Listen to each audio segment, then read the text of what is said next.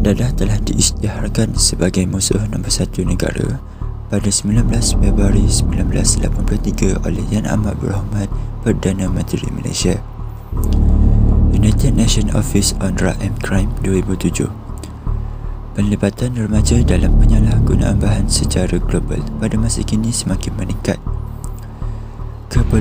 Kepopularan dadah rekreasi, gaya hidup yang bebas, pelbagai pengaruh luar serta kesenangan memperoleh barang psikoaktif telah menyebabkan penyalahgunaan bahan tersebut berlaku secara berleluasa. AADK telah melaksanakan pelbagai program yang menarik dan inovatif seperti program Intelek Asuhan dan Rohani Pintar, program Sekolah Anak Didik Kami dan program Intervensi Belajar PIP. Strategi dan usaha ini akan menjadi lebih berkesan jika dilaksanakan dengan mengambil kira beberapa faktor yang mempengaruhi para remaja tersebut. Whatcom County tahun 2000. Jika faktor penjagaan diambil kira dan faktor risiko dikurangkan, berkemungkinan besar untuk remaja tersebut menyalahgunakan bahan akan berkurangan dari semasa ke semasa. Fakta yang pertama, pengaruh rakan sebaya.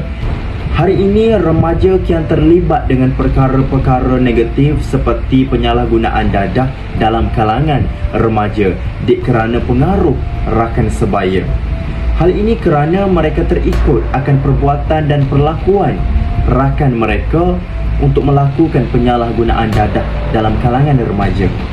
Sebagai contoh, remaja yang sudah terlibat dengan penyalahgunaan dadah telah menjadi perkara yang utama untuk pengaruh rakan sebaya pada hari ini dan menjerumuskan remaja ke arah perkara-perkara negatif. Tambahan pula, remaja yang duduk berjauhan daripada sisi keluarga sangat menjadi perkara yang sangat penting untuk dititik tolakkan dalam kalangan remaja, kerana hal ini akan membuatkan remaja tersebut merasa bebas dan bebas untuk melakukan perkara-perkara tersebut. Jadi pengaruh rakan sebaya merupakan salah satu perkara yang sangat penting untuk dititik beratkan dalam kalangan remaja supaya dielakkan daripada berlakunya penyalahgunaan dadah.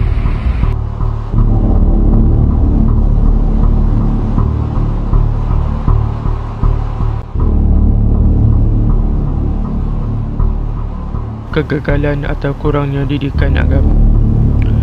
Remaja yang terlibat dengan kes dadah adalah berpunca daripada kurangnya didikan agama Islam. Hal ini disebabkan oleh sikap ibu bapa mereka yang tidak memberi perhatian kepada anak-anak mereka. Selaras dengan zaman moden, remaja boleh terdedah dengan gejala sosial yang boleh merosakkan akal fikiran mereka, menyebabkan mereka melakukan sesuatu perkara sesuka hati mereka walaupun ianya jelas dilarang di dalam agama Islam.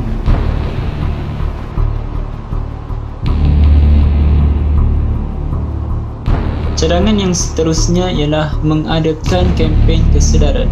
Kempen kesedaran harus diadakan oleh pihak kerajaan dan swasta dengan melibatkan remaja yang sering menjadi sasaran penjual dadah. Ibu bapa haruslah menjadi contoh terbaik kepada anak-anak serta sentiasa mengingatkan kesan buruk penyalahgunaan dadah.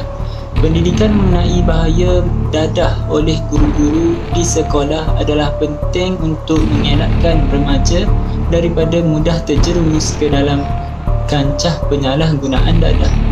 Kempen ini merupakan salah satu cara yang dipercayai dapat membantu mengurangkan dan mencegah penggunaan dadah dalam kalangan remaja. Perkara ini dapat dibuktikan melalui kempen-kempen yang pernah dijalankan dan hasilnya adalah amat memberangsangkan.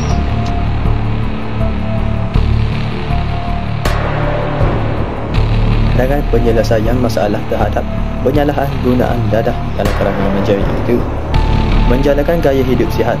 Kerajaan melalui badan-badan tertentu haruslah bijak membanteras gejala dadah dengan program-program yang dapat menarik minat media untuk mengisi masa terlaluan bagi mengelakkan mereka terjebak dengan masalah dadah. Misalnya, program yang boleh dianjur ialah seperti program Ragam muda yang diselenggarakan oleh Kementerian Belia dan Sukan. Kuatan atau kelebihan remaja menjalankan gaya hidup sihat ini susah untuk terjebak dalam dadah disebabkan mereka sibuk dengan aktiviti yang sihat seperti bersenam, bersukan dan sebagainya. Kehidupan mereka juga akan menjadi berubah dan menjadi lebih sihat. Kesimpulannya, terdapat pelbagai punca yang mendorong remaja untuk terlibat dalam isu penyalahgunaan dadah ini. Masalah dadah ini boleh memberikan kesan terutama dalam dua perkara, iaitu masalah kesihatan dan masalah jenayah, di mana kedua-duanya akan mempengaruhi masa depan remaja. Golongan remaja merupakan pewaris generasi musa bangsa pada negara pada masa akan datang, dan ini amat membimbangkan akan terjadinya kehancuran generasi muda kerana gagal membentuk pemimpin negara, masyarakat maupun keluarga pada hari ini. Remaja perlu tahu dan menghayati peribahasa Melayu, iaitu berbuat baik daripada berbuat jahat jangan sesekali.